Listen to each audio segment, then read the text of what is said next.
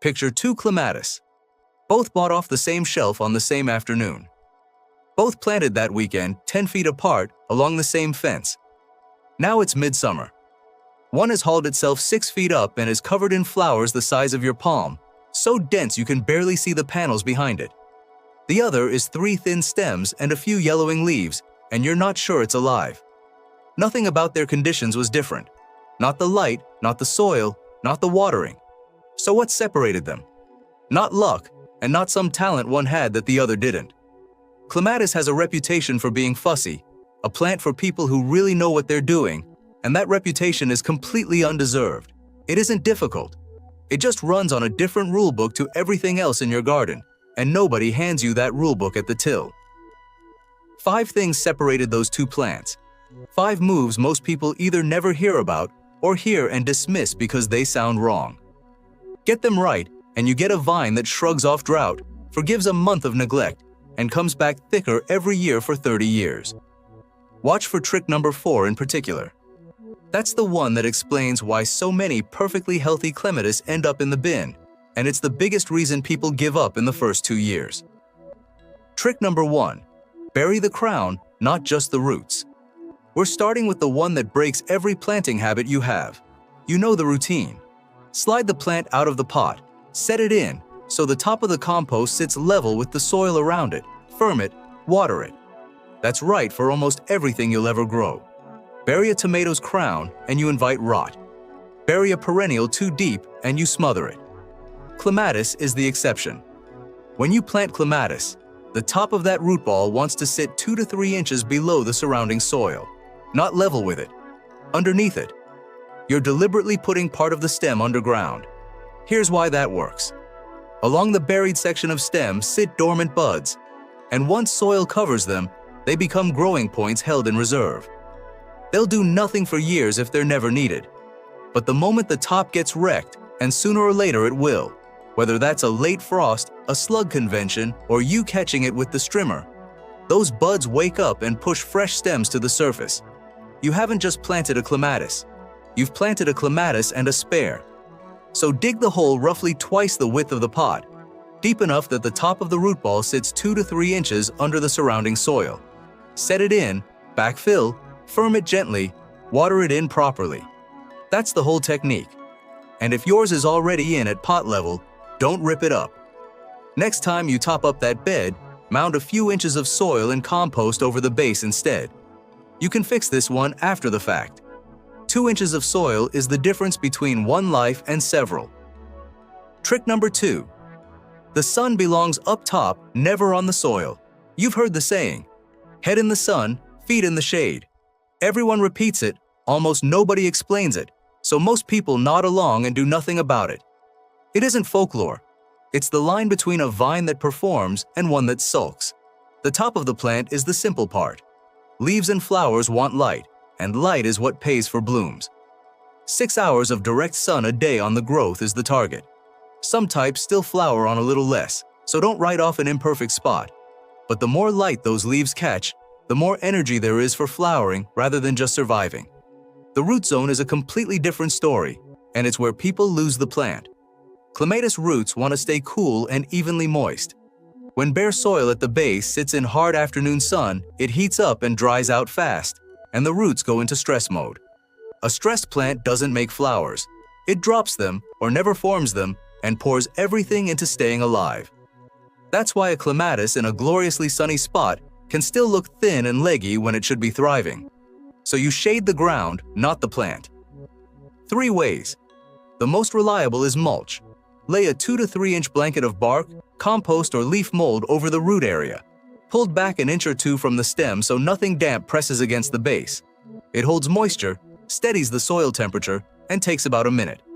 The laziest is a flat stone or paving slab laid over the roots. Free, permanent, done. The prettiest is planting something low and leafy in front of the base.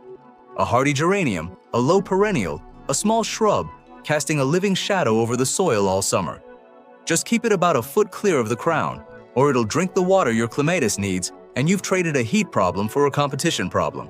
Sun on the leaves is fuel, sun on bare soil is damage. Trick number 3.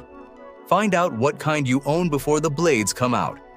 Now the one that creates more flowerless, furious gardeners than anything else on this list. Pruning clematis has a reputation for being complicated, and for fair reason. There isn't one instruction.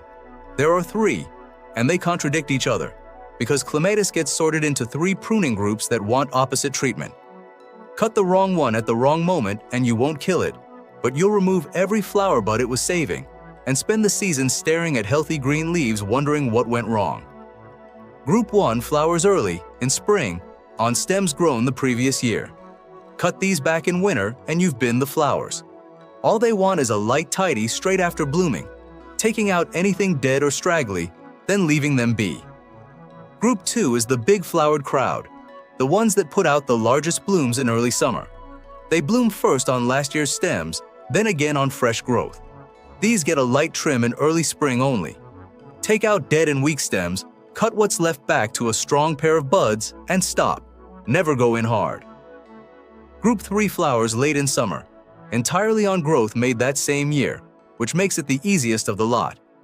In late winter or early spring, cut the whole plant back to roughly 12 inches, just above a healthy pair of buds. It looks brutal. It races straight back. And it needs that hard cut, or it turns into a bare tangle with every flower stuck at the top where you can't see it. So how do you tell which one you've got without a label? Bloom timing gives it away. Flowers in early spring, Group 1. Big flowers in early summer, Group 2. Flowers late in summer, Group 3. And if you genuinely have no idea, here's your safety net. That season, cut nothing but dead and damaged stems, nothing else. Then, watch when it flowers, and by next year you'll know what you're dealing with. An unpruned clematis just gets untidy. A wrongly pruned one loses its entire show. Fewer cuts is always the safer mistake. Trick number 4. When it collapses overnight, don't believe it. This is the one I promised you, and it's the reason so many living clematis get thrown away. Here's the scene. Your plant is climbing, green, covered in buds, everything going right. You walk out one morning and a whole stem, sometimes the entire plant, has folded over. Blackened, limp, unmistakably finished. No warning at all.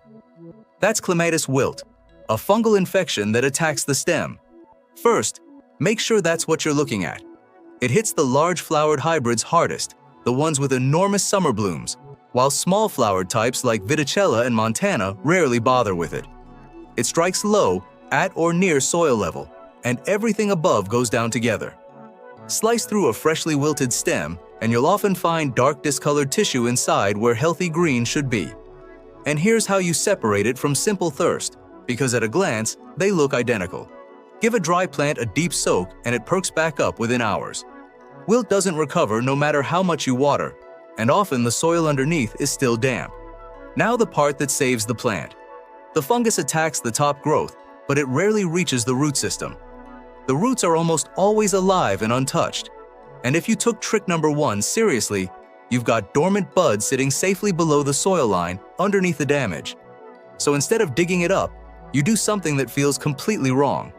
You cut the collapsed growth away, back below the damaged section, or right to ground level if the whole plant has gone. Gather every scrap of wilted material and bin it, don't compost it.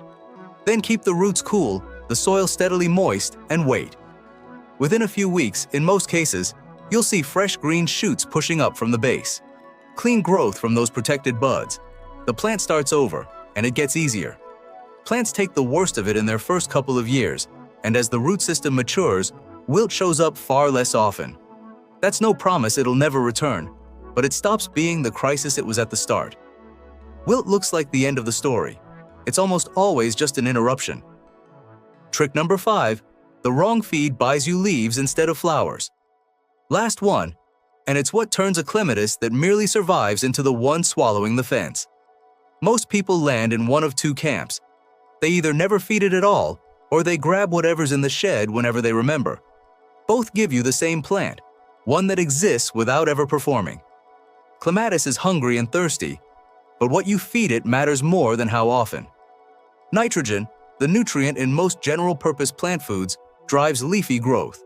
Overdo it, and that's what you get, a wall of healthy foliage and almost no flowers, which is maddening because the plant looks fantastic and does nothing. Potassium is the nutrient tied to flowering, and that's what you want going in as the buds form. So here's the rhythm. In early spring, as it wakes up, spread a couple of inches of compost or well-rotted manure over the root area, keeping it a few inches clear of the stem. That's your slow, steady base layer, and it doubles as the mulch from trick 2. Once buds start forming, switch to a liquid feed high in potassium. Ordinary tomato food does the job and costs almost nothing. Water it on every couple of weeks in the run-up to flowering. Then once the plant is in full flower, ease off and let it get on with it. Go light rather than heavy. An underfed clematis is disappointing. An overfed one is genuinely worse. And here's the truth that ties this whole video together. No feeding schedule matters as much as what's happening underground. A clematis with a deep, cool, well-mulched root system builds reserves, and those reserves carry it through the fortnight. You forget it exists, the heat wave, the hard winter, the wilt. You're not feeding it for this year's flowers. You're building the tank that keeps it alive when you stop paying attention. So, back to those 2 clematis on the same fence. The one buried in flowers went in deep, so it had spare buds waiting underground from day 1. Its roots sat cool under mulch while its leaves took their 6 hours of sun. It got cut according to its group instead of on a guess. When it collapsed one summer, it got cut back and given a few weeks instead of thrown away. And it got compost in spring and potassium as the buds came. The other went in level, into bare baking soil, pruned on instinct, binned the morning it wilted. That's the entire difference. And notice these 5 aren't really separate tricks. They're one strategy. Every one is about building a plant with something held in reserve, so that when conditions turn against it, and they will, it has somewhere to fall back to. That's what even if you neglect it actually means. Not that clematis doesn't care. It's that you've set it up so it doesn't need you. If this cleared things up, hit that subscribe button because this channel is built around exactly these plants, the ones with a reputation for being difficult that turn out to be nothing of the sort.